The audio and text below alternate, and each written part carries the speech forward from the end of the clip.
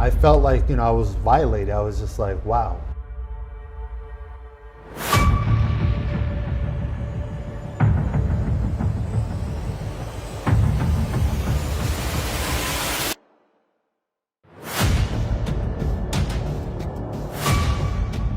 The moment I see a cop, it could be a park ranger, it could be a public safety guy. I don't know if he has lights on the top of his vehicle. I get into that mode of like, all right, I gotta be proper. And then it must have been at least 30 minutes later. We get back in the cop car's still there, we leave, he's trailing us the entire time, and then finally puts on the lights. But I mean, it's much different, because again, I have a different style of driving now. I have kids, I'm teaching my oldest now how to drive, and so that's where I get to share my experience and knowledge with her to let her know that, these are the things you need to be aware. And I think now it's just more of a training or education.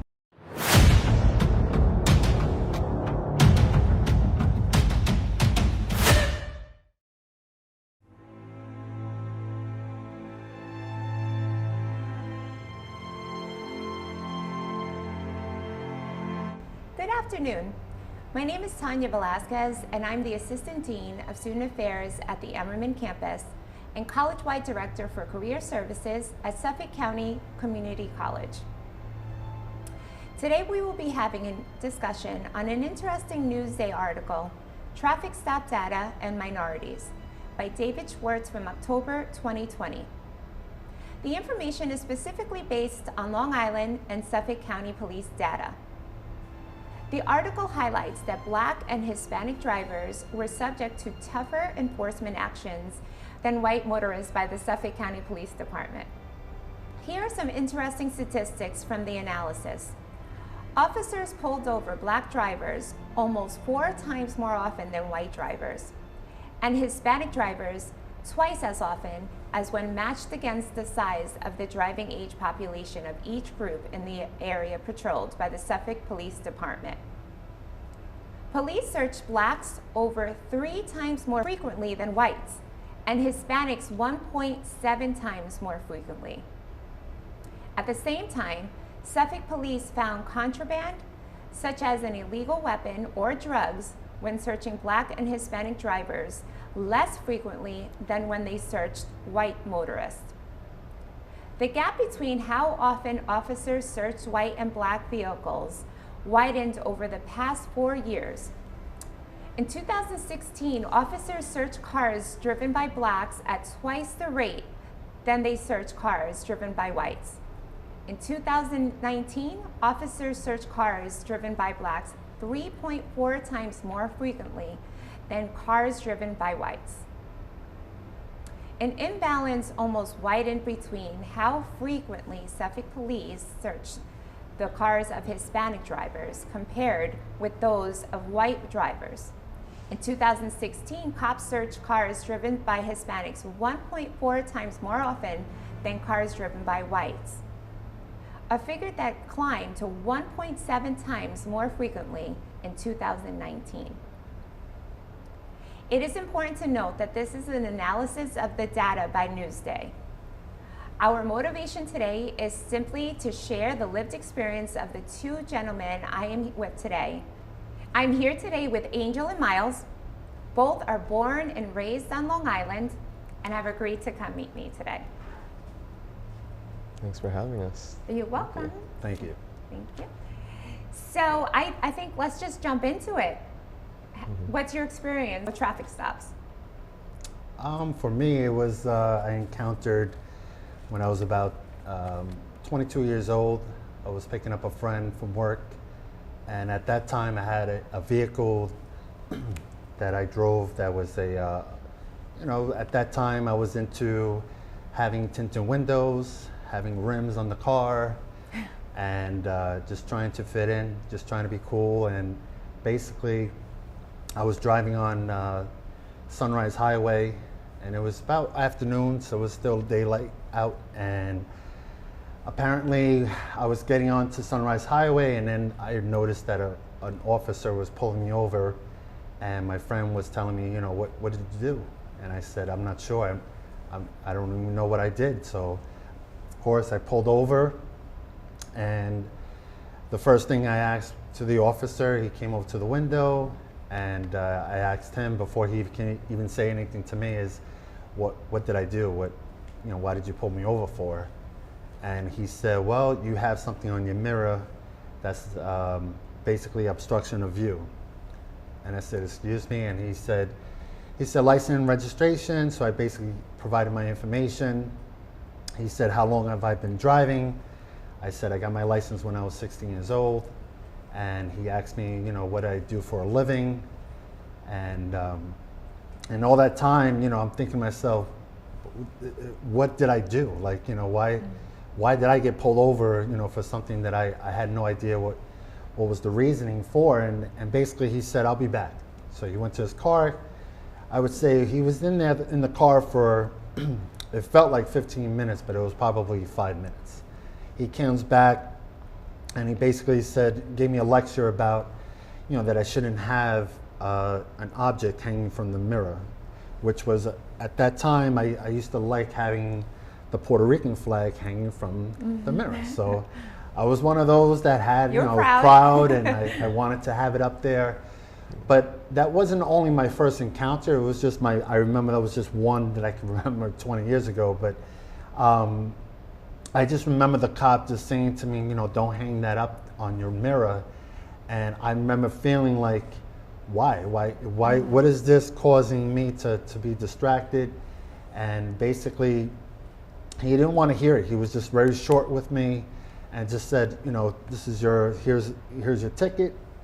Oh, so you got a ticket? I got a ticket for it. Got a ticket for having that on there. Then he also gave me a ticket for my tinted windows, which again, I was young and I didn't know how much percentage the tint of the window should be.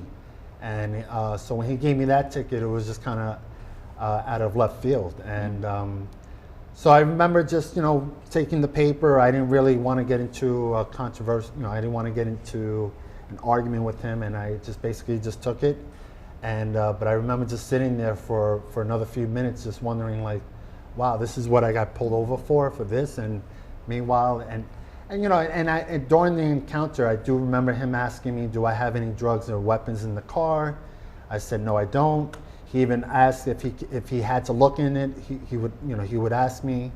So it was just a lot, that was my first encounter, and I felt like, I was violated. I was just like, wow, like, this is, I've heard so many other things people being pulled over, but for this, it was just something, an experience that always stuck with me. And I'm 43 years old now, and at that time I was about 22 years old. So I think it's interesting how you remember every little detail, and it's over 20 years ago. Oh yeah. So that says that it really stayed with you. Yeah. So, how about you, Myles? What's your experience with traffic stops? For me personally, I've had a lot of experiences boing a passenger, but regarding being a driver, it was actually you can share both. Yeah, definitely. I guess I'll start with mine, my personal one. With being a driver, I was on my way actually to school because I was attending SUNY Old Westbury at the time, and have like an 11:30 class, so it's like maybe 10 o'clock. Driving the middle lane on the expressway all the way down, and I typically, granted my car is as old as me, I'm 22 now, and so it's like, my car can't really, it doesn't have any giddy up. So, I was going, I think, about 60, 65, and cars were passing me, in the middle lane, and all of a sudden I see a cop come out of the middle section of the expressway, starts trailing me for about 2 exits, and finally turned on the lights. So pulled over to the side, and the officer takes his time coming up to the car, and I'm looking at the clock and stuff, and as I see him approaching, the hands start to get sweaty, the heart starts racing and stuff like that, and you just start thinking, preparing yourself. So I knew that I always made sure, my parents always told me to have my wallet and anything that I need, like registration on top, where the mirrors and stuff like that, just so it's easy accessible, they can see your hands while it was there. So I was just sitting there, hands on the wheel, just waiting for anything, and officer comes up and asks me how I'm doing today. I'm like, I'm all right. This seemed a little bit sketchy. I was like, all right, I don't know what's really going on? Like, I wasn't really doing anything out of the ordinary. And he was like, do you know how fast you're going? I was like, I was going a little bit slower than traffic, officer, I'm sorry. And he was like, well, I actually caught you going 85. Meanwhile, I don't think my car has ever reached 85 yet. But, you know, so it was just really tough to just kind of take it. So I was like, oh, I'm sorry for going over the speed limit, officer. I didn't understand. I saw on my speedometer that it was only going about 65. And then he was like, all right, where are you heading? And I was like, I'm going to school, actually. He's like, really? What school do you go to? What are you taking up as your major? So I told him psychology, heading to Old Westbury. And I don't know if that was just the turning point. He asked me for my student ID just to see proof of, you know, being a student. Yeah, and it was just really strange. So I showed him the ID, gave him my license and registration and everything. And I don't know what it was, but once when he went back to the car and came back, his attitude was changed, I guess, seeing that I was a student and actually doing what I was claiming. It was just really strange, you know. Very uncomfortable, but it seemed very out of like the way. Because especially like with my car, I was going relatively slow on the expressway. We know how Long Islanders drive, you know, on the expressway. And so many cars are passing me and stuff like that, but it was just so unnecessary after the fact, you know. He ended up hitting me with an obstruction of view ticket rather than a speeding ticket. Yep, rather than a speeding ticket, he gave me obstruction of view. I guess that was the easy way out. What was your obstruction? I actually, granted, so my car was actually my grandma's car. Flag? No, nah, it would be a Panamanian one. But the car that I'm driving now, the car that I was driving then also, it was my grandma's car. And she just passed it down because she wasn't really going anywhere. So she had, you know, the typical little trees on the rearview mirror, and I never took it down ever since I got it. So it's been there. It didn't even smell. The thing didn't work. But it's been there for a while, and I never bothered to take it down. You know, I just kind of left it there.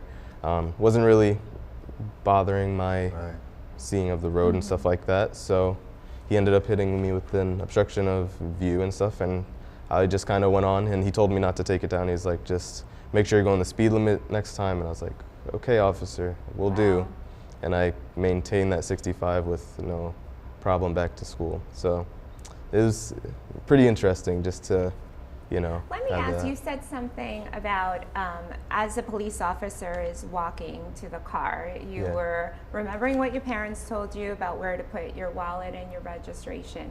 Can you tell me about the conversations that you've had with your parents and why of them preparing you for traffic stops or preparing you for interactions with police? Definitely. Honestly, the first one that I remember, I might have been 8 or 9 years old, very honestly. I remember being in the backseat of my mom's car.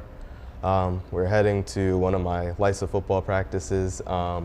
So, you know, I had my shoulder pads next to me, my helmet next to me, and I had a hoodie on because it's fall. So, you know, I was wearing my hoodie, had my hood up, and my mom was driving. She gets to a light, and a cop car is coming next to us to make a turn. And she's like, make sure you take your hood down. We don't want, you know, like we don't want to give officers any reason to pull us over, any extra reasons. So that was like the first kind of talk that I had. Obviously later on, as years went on, obviously being more cautious of like the little things. And when I started to get my permit and stuff, both of my parents kind of sat me down and just were like, here's some things that you should do just to know, you know, what to do and how to react when or if you get pulled over. So told me to keep my wallet on the dashboard, you know, right above my my steering wheel, just so, you know, my hands aren't going anywhere excessive, anywhere unnecessary per se. And also just to keep my registration and everything like that just right above me on the, I don't know what it's called, but. The visor? Yeah, the visor. Little visor. So, you know, just like in that little pocket that it has. So just so my hands can move slowly to a very short distance. And that was really it, just to be really cautious and just to kind of play it safe. Yeah, that was the same experience for me. I remember the anticipation of what did I do, and like you said, the hands getting sweaty, and then like, you know, and then I'm like, should, you know, my at that time my registration and insurance was inside my glove compartment, so I'm like, should I go reach for it? Is this guy gonna think that I'm doing something? And So I actually had my hands, I remember always being told, just keep your hands on the wheels. And I just looked forward, but I remember when he came, I didn't even give him a chance to say, why did I pull you over? I was just like, what did I do? And I don't know if that set the tone for him to being like, you don't ask me the questions, I'm asking you the questions. And so, I didn't even have my license out or anything. And I remember just thinking like, what's the next step? Like, I wasn't trained for this. I wasn't prepared for this. Like, you don't get taught in school, like, to, when you get pulled over by a cop, what That's to do. not a lesson. It's not a lesson. It's just one of those, like, you just have to go through it. But it was, an experience where it's like, like you said, now I said the next time if I ever get pulled over, I'll have my registration in a different spot, or, so it does go back to the whole, like, yes, you need to have common sense, but sometimes when you're in the moment, you don't know who that cop is, you don't know what kind of day he's having. Also, your adrenaline is running too. Yeah. Seriously. Would you both mind sharing with me just your interactions? You both shared one incident as to when you got pulled over, but thinking over the span of time, speak to me about your interactions with the police. Yeah, definitely. For me, there's been, I would say, about 3 or 4 other incidences where I was the passenger, and it's so strange because my group of friends that I used to hang out with all the time varied within a whole bunch of different races and ethnicities. So there's be times where, I'm driving with a few friends that are black, some Hispanic, some Asian, some biracial, some white, and it's just like, for one incident, we were driving literally to go to Wendy's because, we're high school kids and we're trying to get a 4 for $4. So we're on our way, we're passing, I think it was like a few places to go eat, and then we're gonna make our turn into Wendy's that's on Middle Country Road across from I think the 6th precinct.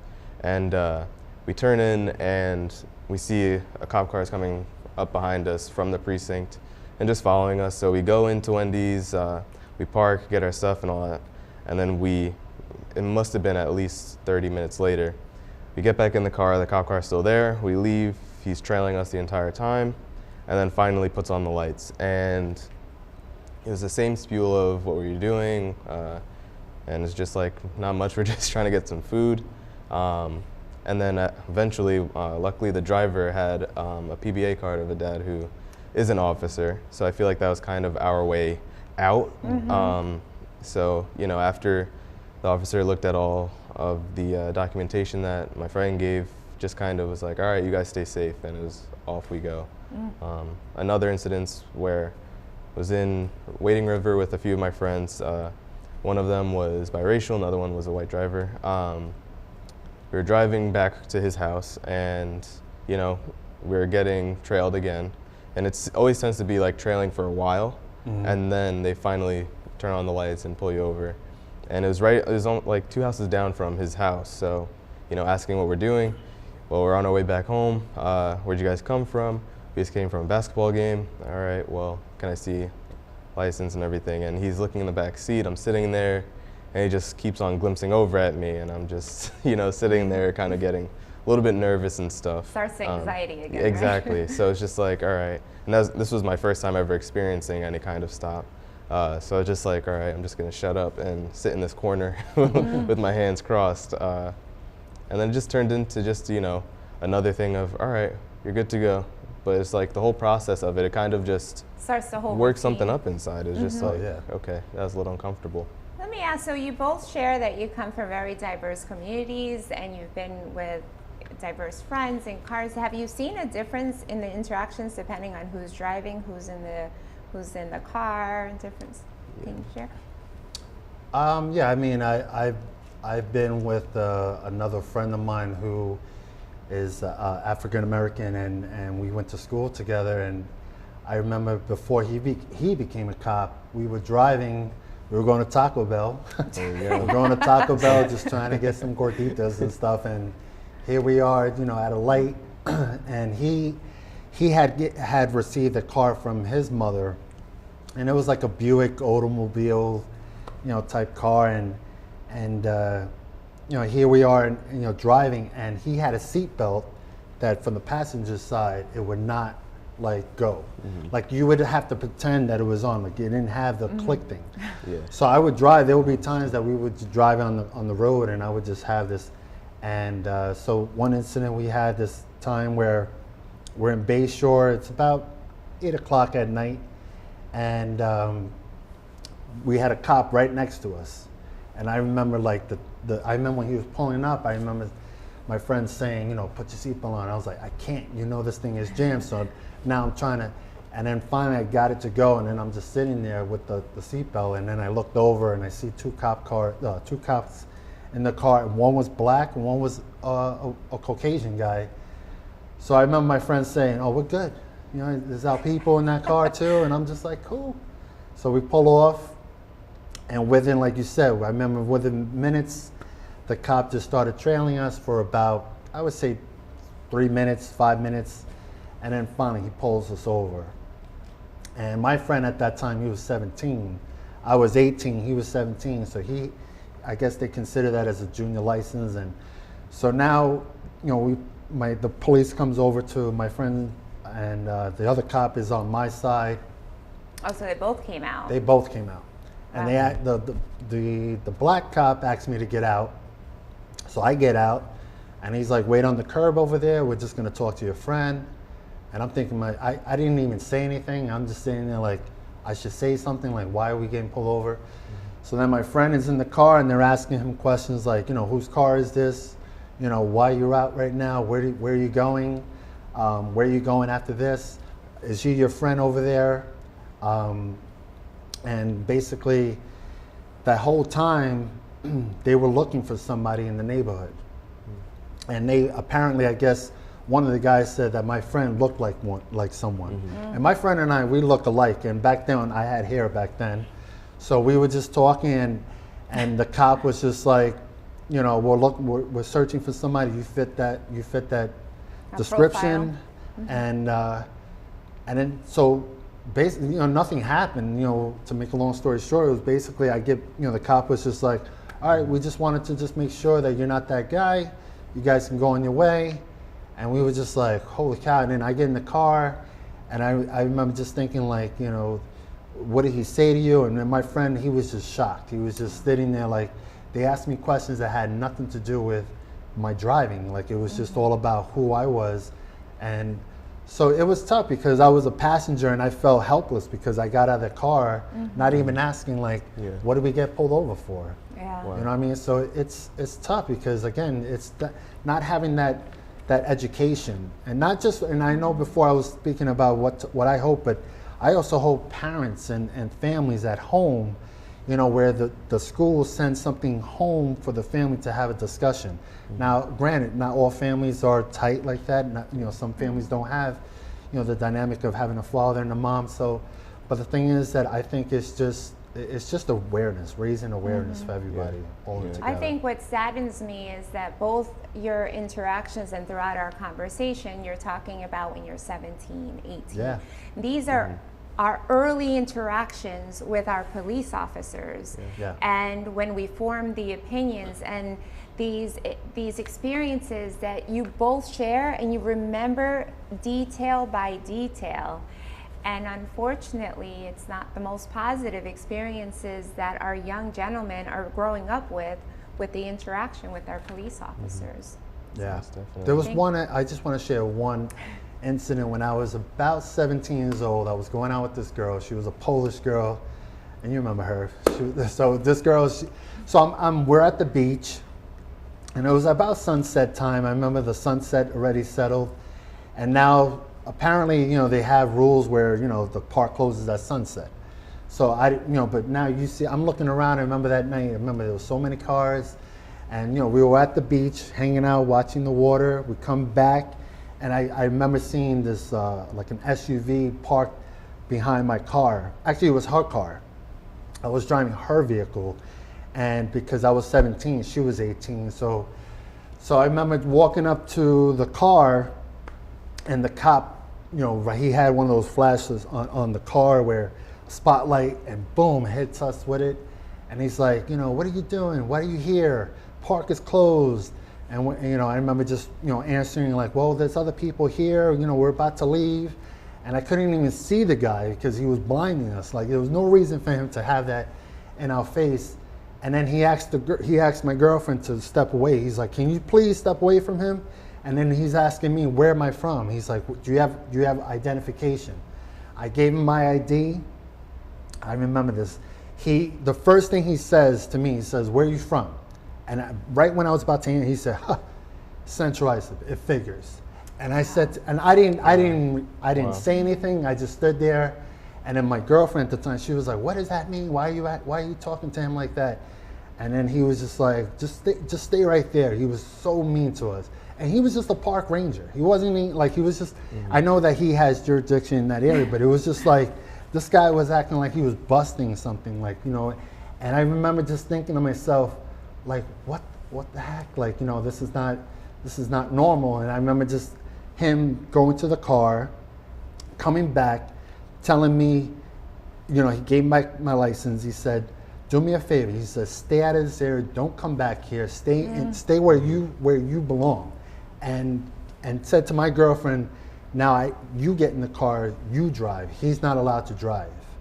And then we get in the car, and then it was just like a conversation that we just stood there in the dark for I would say 15 minutes, just trying to wrap my head around what this just happened. You know what I mean? Where did that come from? Yeah, and it's just so so that was like when he was answering the question about like how many times more you get pulled over.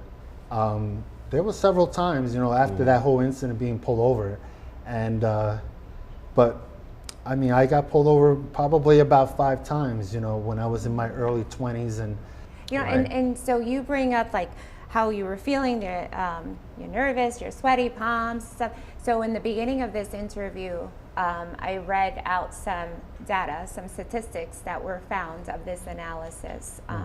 Did that speak to either of you? What did you feel hearing that the amount of time that our black men are being pulled over more compared to a white motorist?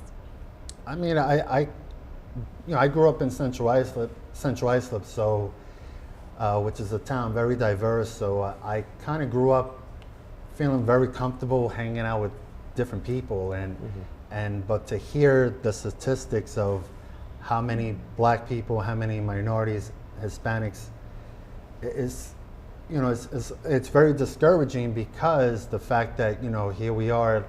We live in America. People come here to get away from their countries because of communist or whatever the issues are, so it's very troubling because when I'm driving, the moment I see a cop, it could be a park ranger, it could be a public safety guy. I don't know if he has lights on the top of his vehicle.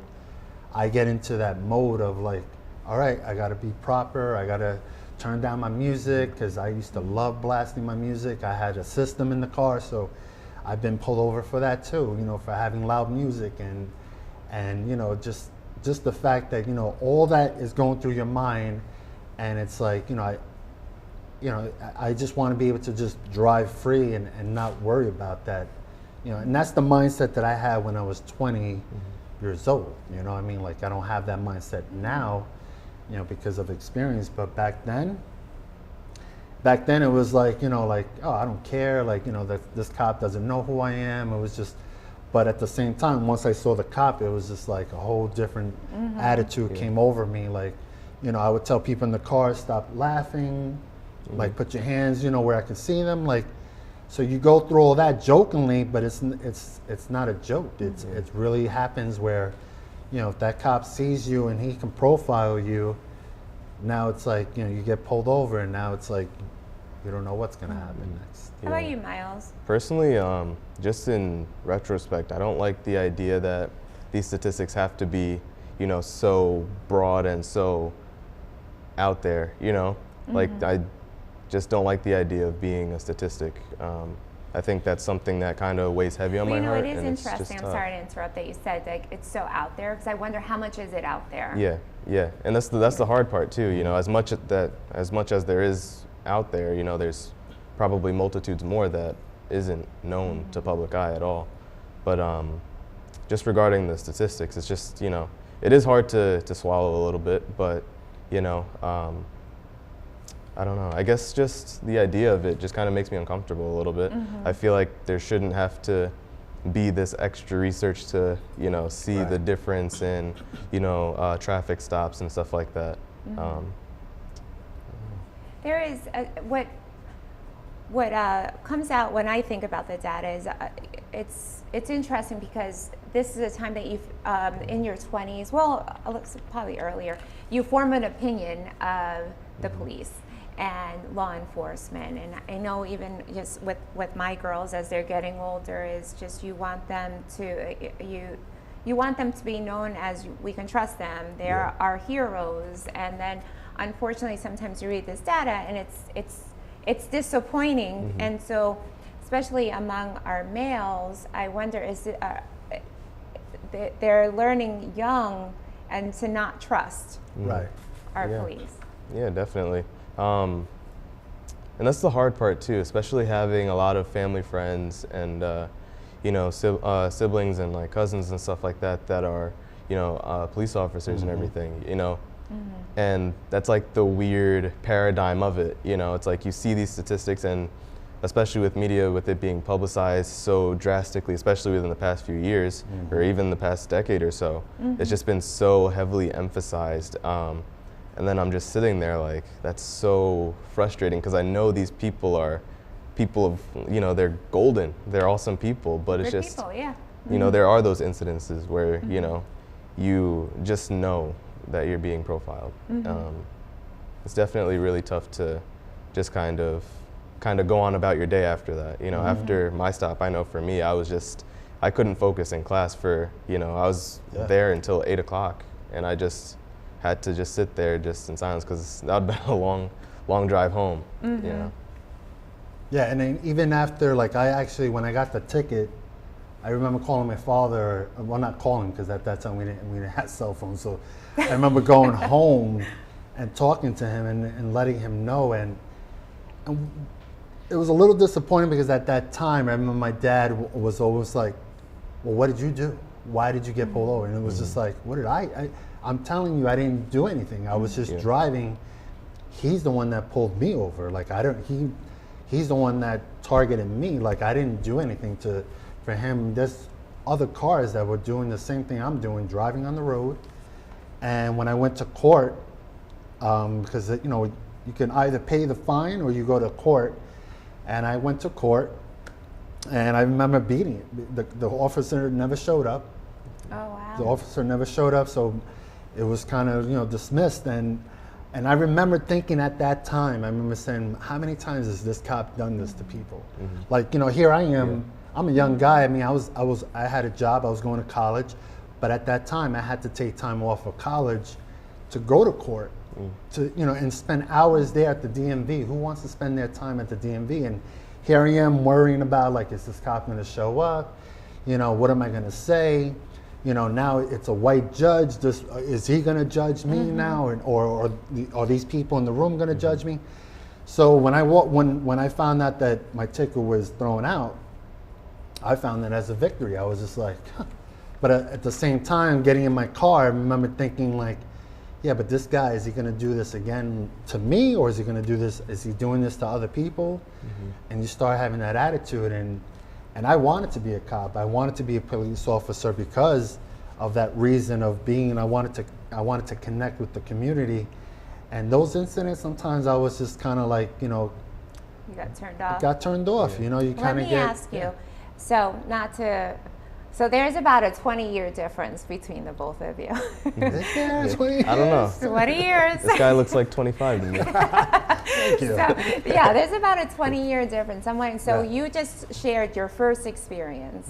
So over the 20-year time, do you find has it lessened with how you're feeling so profiled by the police, or do you feel it's gotten worse? Was it worse when you were in your 20s? It was worse when I was in my 20s because at that time, you know, again, I had a car, black car. I had rims on it. I played loud music. You know, I would always have the windows down.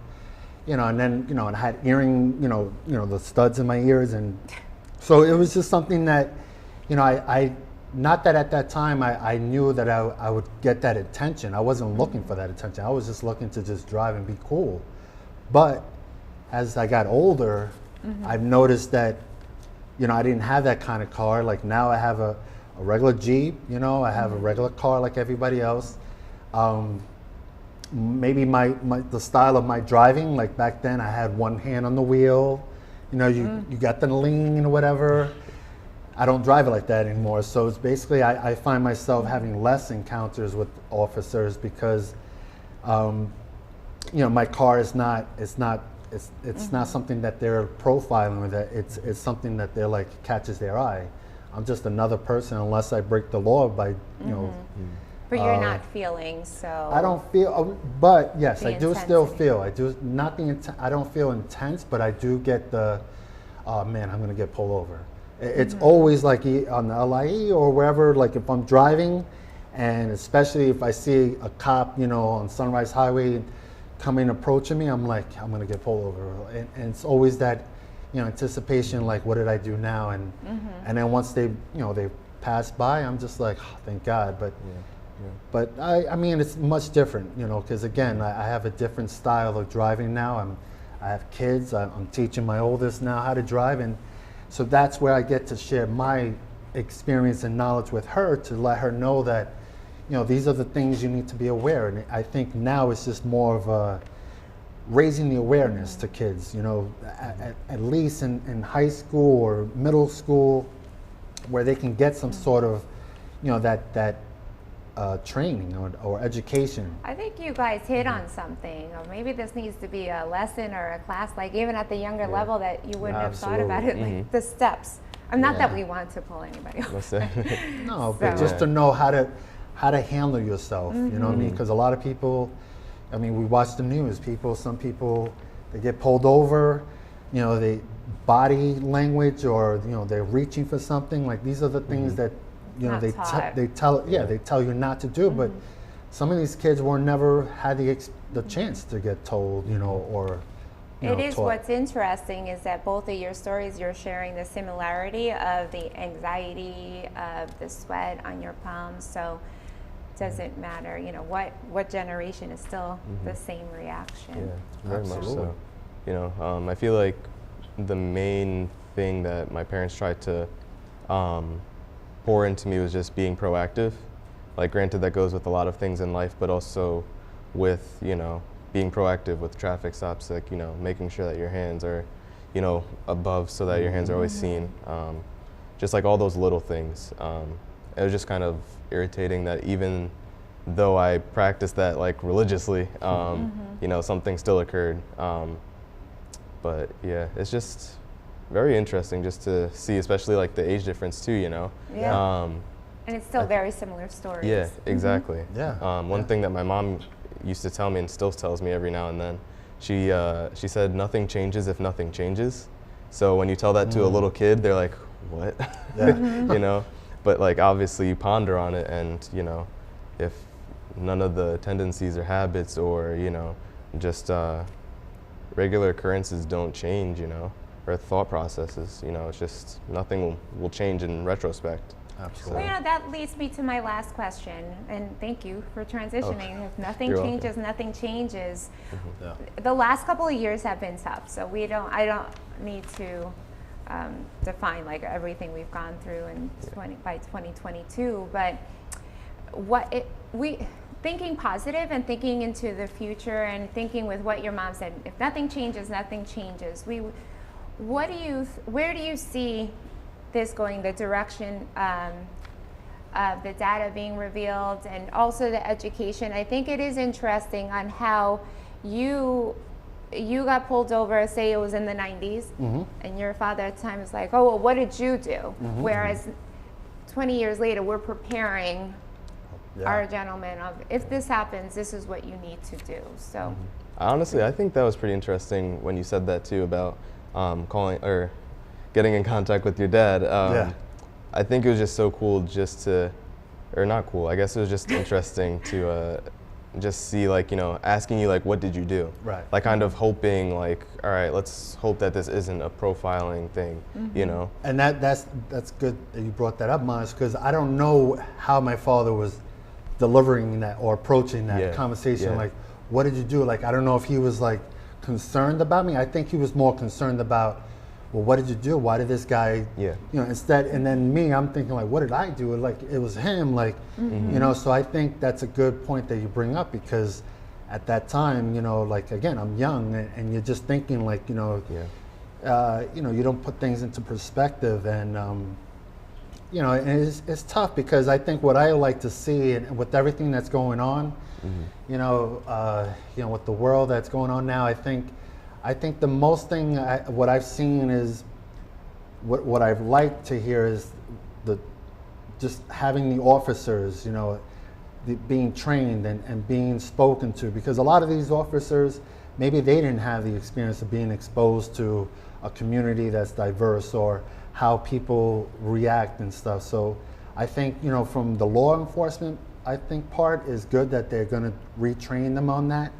But I think the schools in Suffolk County, I think, you know, the schools, I think education, whether it's after school programs or during school, they need to make time to just teach kids about, you know, how to handle yourself and how to behave you know, in a time when when you're pulled over. You know, obviously we all don't want to get pulled over, but, you know, most likely you will get pulled over one time or another in your lifetime. And if you do, then you know how to handle yourself. But Like, what is the protocol? yeah, what's the protocol? Absolutely.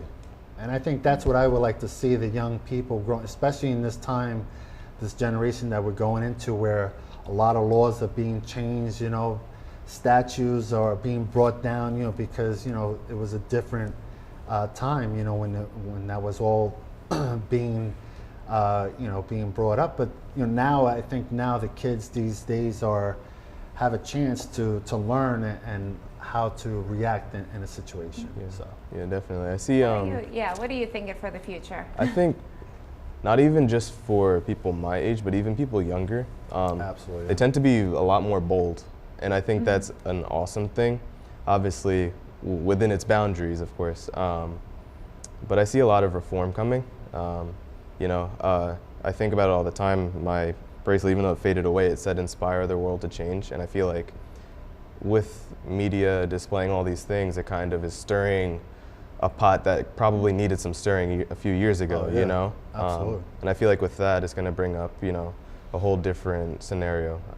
I tend to always try to be optimistic as well. Absolutely. But, you know, I feel like, agree. I mean, we've seen so many changes already. Yep. Obviously a long way to go, but with this, with like the younger generation and stuff, I feel like there's just going to be a lot of greater things ahead. So.